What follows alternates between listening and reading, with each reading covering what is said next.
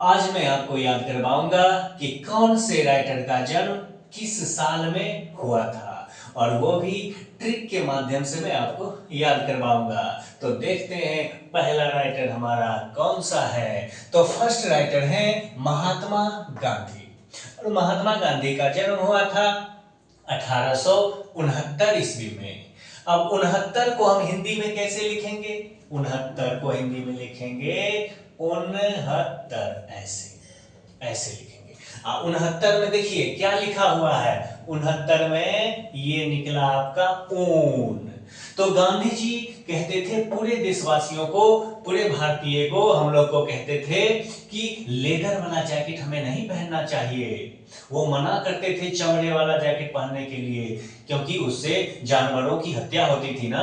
तो वो बोलते थे चमड़ा वाला जैकेट मत पहनो, ऊन का बना हुआ स्वेटर पहनो, ऊन का बना हुआ। तो ऊन से याद रखिएगा 69। देखिए कितना आसान है। नेक्स्ट है जाकिर हुसैन।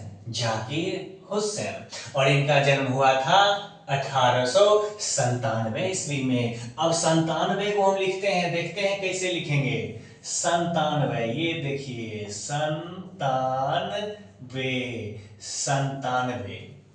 अब 97 में देखिए क्या लिखा हुआ है यहाँ पे, ये हो गया संतान। अब ये हमको बताइए जरा, ये जो डॉक्टर जाकिर हुसैन हैं, इन्होंने क्या लिखा था? इन्होंने लिखा था भारत इज माय होम, यानी भारत मेरा घर है। भारत मेरा घर है, हम सब का घर भारत है और हम सब भारत माता की क्या हैं? बताइए बताइए, संतान है।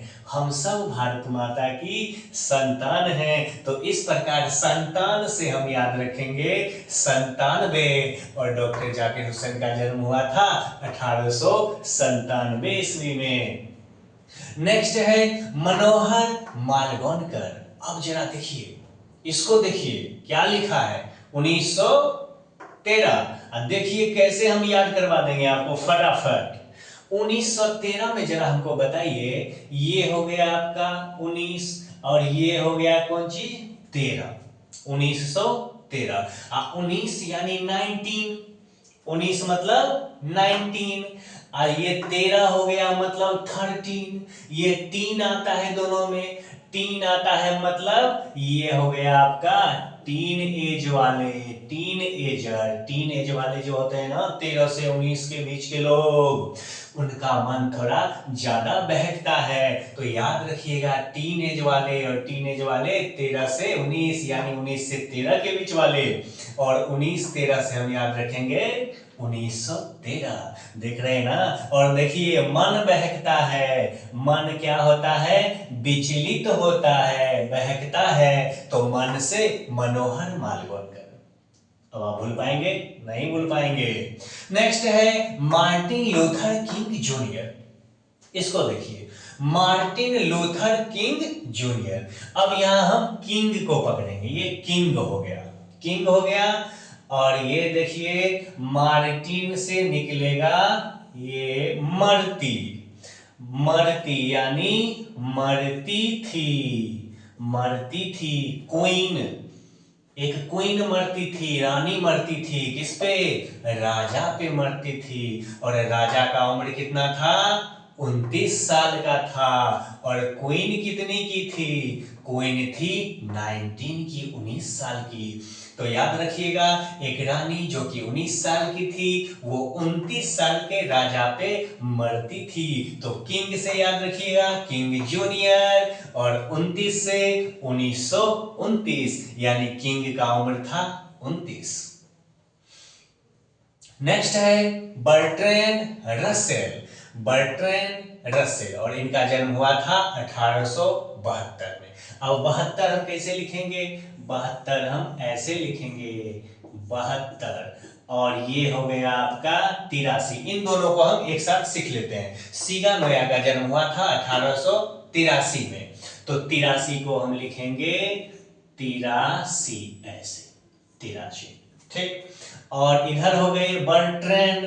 तो जरा बताइए ये बर्ट्रैंड जो हम लिखेंगे ऐसे, बर्ट्रैंड बर्ट्रैंड रसेल। शीगा, इसको कर दीजिए शीगा, क्योंकि इनका नाम है शीगा नोया, तो हमने शीगा कर दिया। अब देखिए यहाँ से एग्जाम में कई बार पूछता है तो बच्चा कंफ्यूज हो जाता है, वो समझ नहीं पाता है कि शीगा नोया का जन्म 1872 में हुआ था कि 83 में हुआ था। और यहाँ से कई बार आपके एग्जाम में क्वेश्चन पूछा हुआ है, तो जरा गौर से देखिए।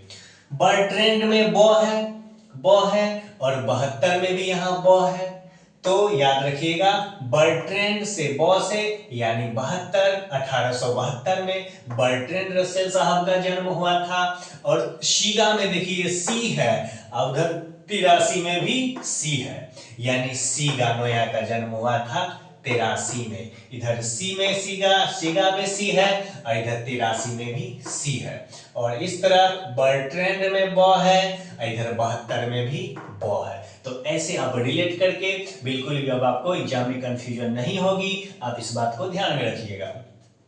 नेक्स्ट है जर्मेन ग्रीड, और इनका जन्म हुआ था 1939 ईस्वी में। अब 39 को हम कैसे लिखेंगे, तो लिख दीजिए तो एक बार 39 हम लिखेंगे 39।